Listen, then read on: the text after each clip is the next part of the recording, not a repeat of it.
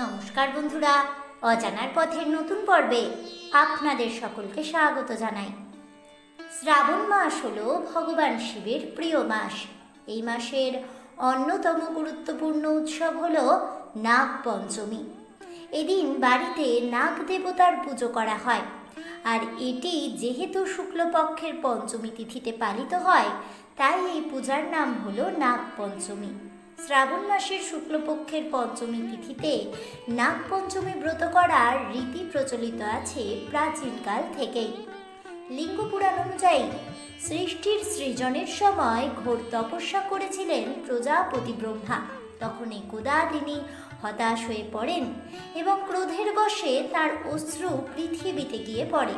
তৎক্ষণাৎ তা সর্পে রূপান্তরিত হয়।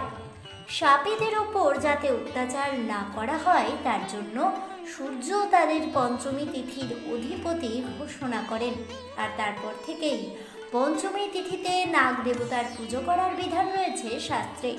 তবে জানেন কি, নাগপঞ্চমীর দিনে কি করা উচিত এবং কি করা উচিত নয়? কিভাবে এই দিনটিকে উদযাপিত করবেন? নাগপঞ্চমীর পুজোর নিয়ম জানেন কি বন্ধুরা? চলুন জেনে নেওয়া যাক নাগপঞ্চমীর করণীয় কাজ সম্পর্কে এবং নাগ দেবতার পুজো উপাসনা ব্রত সম্পর্কে। শ্রাবণ মাসের শুক্লপক্ষের পঞ্চমী তিথিতে নাগপঞ্চমী ব্রত পালিত হয়। পুরাণ মতে নাগলোক বা পাতাল লোক থেকে সর্পকুলে দিন মর্তের মানুষকে আশীর্বাদ করেন। জীবনের সুখ সমৃদ্ধি বৃদ্ধি, অভাব অনটন ঘোচাতে সাপেদের এই আশীর্বাদ অত্যন্ত পয়মন্ত বলেই মনে করা হয়। গরুড় পুরাণ বলছে, ব্রহ্মার পুত্র মহামুনি কশ্যপের তৃতীয় স্ত্রী কদ্রু ছিলেন নাগ বংশের কন্যা। তিনি নাগকুলের মাতা। কাশ্যপের আরেক স্ত্রী বিনতা জন্ম দেন গরুড়ের। বিনতাকে সহ্য করতে পারতেন না কদ্রু। ছোট থেকেই গরুড় মায়ের এই কষ্ট দেখে প্রতিজ্ঞা করেন তিনি সর্পকুলকে ধ্বংস করবেন, কিন্তু পরে তা থেকে বিরত হন। কিন্তু সর্পকুলের সঙ্গে গরুড়ের শত্রুতা থেকেই যায়। তবে এই পুণ্যজন্মের কারণে নাগগুলো পুজো পেতে শুরু করে। মহাভারত থেকে জানা যায়, কুরুবংশীয় রাজা পরীক্ষিত তক্ষক নাগের আঘাতে মারা গেলে তাঁর পুত্র জন্মেজয় পৃথিবী সর্পশূন্য করবেন বলে প্রতিজ্ঞা করেন। তিনি এক সর্পযজ্ঞ শুরু করেন, যেখানে মন্ত্রোচ্চারণের সঙ্গে সঙ্গে কোটি কোটি সর্প যজ্ঞানলে পড়ে মারা যেতে থাকে। এই সময়ে জরৎকারু মুনির পুত্র আস্তিক এই নিষ্ঠুর যজ্ঞ বন্ধ করতে জন্মেজয়ের কাছে পৌঁছে যান এবং তাঁরই হস্তক্ষেপে জন্মেজয় এই ভয়ঙ্কর কর্ম থেকে নিরস্ত হন। লৌকিক বিশ্বাস মতে জরৎকারুর স্ত্রী হলেন দেবী মনসা, আর যে দিনটিতে সর্পযজ্ঞ বন্ধ হয়েছিল সেই দিনটি ছিল শ্রাবণ মাসের শুক্ল পঞ্চমী। আর সেই দিন থেকেই এই দিনে নাগপঞ্চমী ব্রত পুজো করার প্রচলন রয়েছে। নাগ দেবতার মূর্তির সামনে এদিন রাখা হয় দুধ, চন্দন, হলুদ ও সিঁদুর। মূর্তির সামনে জ্বালানো হয় কর্পূরের প্রদীপ। পাঠ করা হয় নাগপঞ্চমীর ব্রত কথা। কথিত আছে, নাগপঞ্চমীর দিনে নাগ দেবতার পুজো করলে সকল মনের ইচ্ছে পূরণ হয়। এদিন নাগ দেবতাকে পুজো করলে জন্মকুণ্ডলিতে থাকা কালসর্প দোষও কেটে যায়। এছাড়াও বিশ্বাস করা হয়, নাগ দেবতাকে ভক্তিভরে পুজো করা হলে সর্পভয় থেকে সব রকম আশঙ্কা দূর হয়। রাহু কেতুর অশুভ দৃষ্টিও সারা জীবনের মতো কেটে যায়।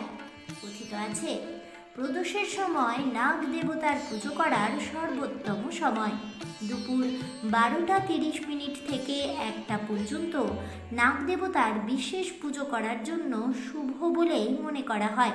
প্রদোষে পূজা না করতে পারলে এই তিথিতে যে কোনো সময়েই পুজো করুন, তাতেও ফল মিলবে হাতে নাতে। হিন্দু ধর্মে সাপকে সর্পদেবতা রূপে পুজো করার রীতি আছে। সনাতন ধর্মে ভগবান বিষ্ণু থেকে শুরু করে ভগবান শিবের গলায়ও থাকা সাপ পর্যন্ত বিশেষ গুরুত্বপূর্ণ। এছাড়াও গ্রামেগঞ্জে সাপের জন্য করা পুজোর প্রচলন আছে।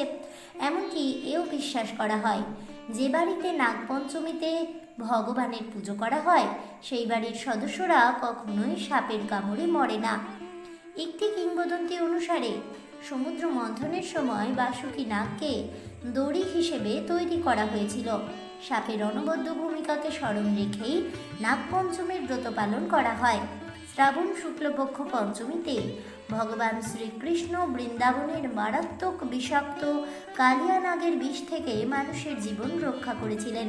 এছাড়াও তক্ষককে আগুনের তাপ থেকে বাঁচানোর জন্য তার উপর কাঁচা দুধ ঢেলে দেওয়া হয়েছিল।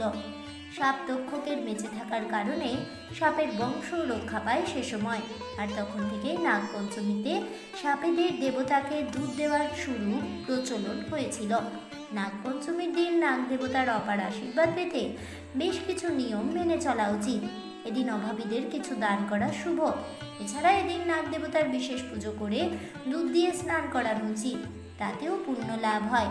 বাড়ির সদর দরজার সামনে সাপের মূর্তি বা ঘরে মাটির তৈরি সর্পদেবতার মূর্তি রাখুন, তাতে নাগ দেবতার আশীর্বাদ পাবেন। সর্পদেবতাকে ফুল, মিষ্টি, দুধ নিবেদন করুন।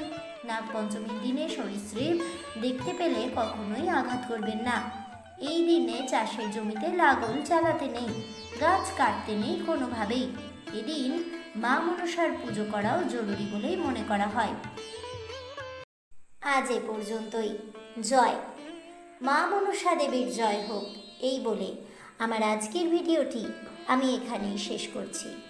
তাহলে বন্ধুরা, নাগ দেবতার পুজো কেন করবেন, নাগপঞ্চমীর গুরুত্ব সম্পর্কে জেনে কেনই বা নাগপঞ্চমী পালন করা হয় সে সম্পর্কে জানতে পেরে কেমন লাগলো অবশ্যই আমাকে কমেন্টে জানাবেন।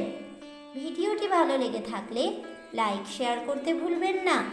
আমার চ্যানেলের নতুন বন্ধু হয়ে থাকলে চ্যানেলটিকে সাবস্ক্রাইব করে দেবেন, পাশে থাকা বেল বাটনটি প্রেস করে রাখবেন নতুন ভিডিওর নোটিফিকেশন পাওয়ার জন্য। ফিরে আসছি পরবর্তী ভিডিও নিয়ে। ততক্ষণ সবাই ভালো থাকুন, সুস্থ থাকুন, আর অবশ্যই সঙ্গে থাকুন আর দেখতে থাকুন অজানার পথে।